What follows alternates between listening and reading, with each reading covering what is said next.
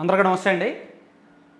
YS Sunitha Reddy గారు ఈ నెల 15వ తేదీన ఒక సంచలన ప్రకటన చేయబోతున్నారు. రాజకీయ ప్రవేశానికి సంబంధించి ఆమె ప్రకటన చేయబోతున్నారు. ఒక స్పష్టమైన ప్రకటన చేయబోతున్నారు. రాజకీయాల్లోకి ఎందుకు రావాల్సి వచ్చింది, ఎందుకు 15వ తేదీ ఇంతకీ ఎందుకు స్పెషల్ అంటే, వైఎస్ వివేకానంద రెడ్డి గారు చనిపోయి ఆయన హత్య జరిగి 5 సంవత్సరాలు కరెక్ట్గా 2019 మార్చి 15వ తేదీ ఆయన హత్య జరిగింది. సో ఇది 2024 మార్చి 15న ఆమె రాజకీయ ప్రకటన చేయబోతున్నారు. రాజకీయాల్లోకి ఎందుకు రావాల్సి వచ్చింది, తన కుటుంబం ఏ విధంగా మోసపోయింది, అన్యాయం జరిగింది, తన తండ్రి కేసుని ఏ విధంగా నీరుగార్చారు, ఏ విధమైన ఒత్తిళ్లు ఎదుర్కొన్నారు, తమ మీద బాధితులుగా ఉన్న తన తండ్రిని పోగొట్టుకున్న తమ మీదే తిరిగి ఏ విధంగా కేసులు పెట్టారు. సో ఇవన్నీ ప్రజలకు వివరించి, తాము రాజకీయాల్లోకి రావాల్సిన అవసరాన్ని ప్రజలకు వివరించి మద్దతు కోరండి, మీ తీర్పే కోరుతున్నాం, మీరే మద్దతు ఇవ్వండి అని కోరడానికి ఆమె రెడీ అవుతున్నారు. ఆయన తెలుగుదేశం పార్టీలో చేరతారా, లేదా కాంగ్రెస్ పార్టీలో షర్మిల గారితో పాటు కాంగ్రెస్ పార్టీలో చేరతారా అనేది అయితే ప్రస్తుతానికి అస్పష్టం. ఆల్రెడీ పులివెందుల నియోజకవర్గ తెలుగుదేశం పార్టీ అభ్యర్థిగా ఆయన బీటెక్ రవి గారు ఫిక్స్ అయ్యారు, జగన్మోహన్ రెడ్డి గారు వైసీపీ తరఫున. సో ఇప్పుడు సునీత గారు మేబీ కాంగ్రెస్ పార్టీలోకి వెళ్తే వెళ్ళొచ్చు. సో అప్పుడు ముక్కోణం పోటీ జరుగుద్ది. అంటే ఒకటి మాత్రం నిజమండి, ఆమె పోటీ చేయడం తథ్యం. మరి కడప ఎంపీగా చేస్తారా, పులివెందుల ఎమ్మెల్యేగా చేస్తారా అనేది చూడాలి.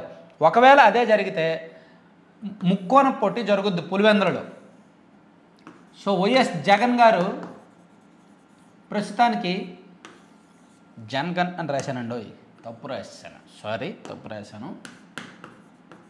సో వైఎస్ జగన్ గారు ప్రస్తుతానికి తిరుగులేని ఆధిక్యంతో ఉన్నారు పులివెందుల్లో. సో ఒకవేళ సునీత గారు పోటీ చేస్తే ఇక్కడ బీటెక్ రవి, ఒకవేళ కనుక సునీత గారు పోటీ చేస్తే ముక్కోణం పోటీ జరుగుద్ది. ఈ ముక్కోణం పోటీలో భాగంగా ఈయన ఓట్లు ఈమెకు వస్తాయి. ఈమెకు 20,000 వచ్చినా, 15,000 వచ్చినా, 10,000 వచ్చినా, 30,000 ఓట్లు వచ్చినా, ఎన్ని ఓట్లు వచ్చినా అన్నీ కూడా జగన్మోహన్ రెడ్డి గారివే.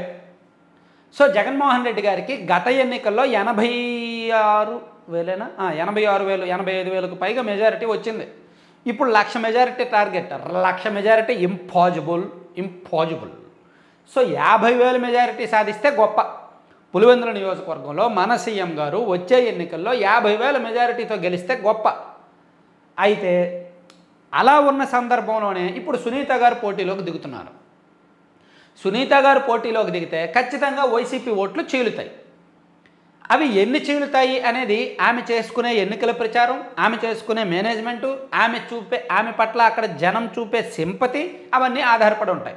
సో అప్పుడు టీడీపీకి లబ్ధి జరిగే అవకాశం ఉంది, టీడీపీ అభ్యర్థికి లబ్ధి జరిగే అవకాశం ఉంది. ఏమో గెలుపు ముంగిటి వరకు వెళ్ళొచ్చేమో, చెప్పలేం. ఇంపాసిబుల్. పులివెందుల్లో టీడీపీ గెలవడం ఇంపాసిబుల్, అసాధ్యమే. కానీ ఎప్పుడైతే సునీత గారు పోటీ చేస్తారో, సునీత గారికి ఎన్ని ఓట్లు ఎక్కువ వస్తాయి, ఎన్ని వేల ఓట్లు వస్తాయి, అన్ని వేలు జగన్మోహన్ రెడ్డి గారికి నష్టం. కాబట్టి అప్పుడు టీడీపీ సేఫ్ జోన్లోకి వెళ్ళిపోద్ది. టీడీపీ క్రమేణా సేఫ్ జోన్లోకి వెళ్ళిపోద్ది అనమాట. సో మేబీ మన సీఎం గారు వేరే నియోజకవర్గం కూడా వెతుక్కుంటే మంచిదేమో అంటే అనుకుంటున్నా.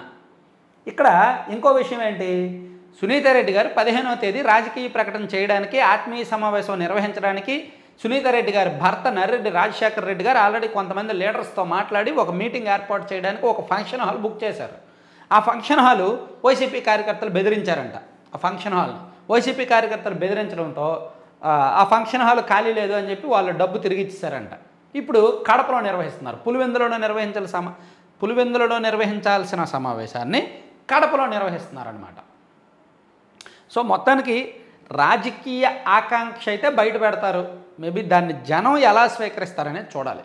ఇది వైసీపీకి ఒక పెద్ద ఆయుధం. వైసీపీ వాళ్ళు ఏమంటారు, నేను మొదటి నుంచే చెప్తున్నాం కదా, మేము సునీత గారు చంద్రబాబు స్క్రిప్ట్ ప్రకారమే మాట్లాడుతున్నారని, సునీత గారు చంద్రబాబు ఏజెంట్ అని. సో ఇప్పుడు అదే నిజమైంది, మేము మొదటి నుంచి చెప్తున్నదే నిజమైంది అని అక్కడ జనాలకి కన్విన్స్ చేస్తారు.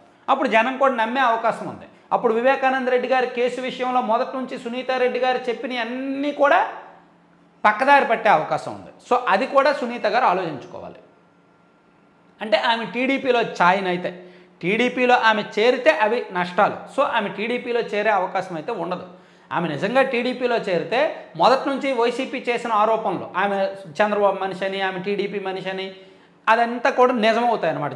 జనం నమ్మే అవకాశం ఉంటుంది. సో అందుకని ఆమెను టీడీపీలో చేర్చుకోకూడదు, టీడీపీలో కూడా ఆమె చేరరు, టీడీపీ ఆమెకు మద్దతు ఇవ్వకూడదు.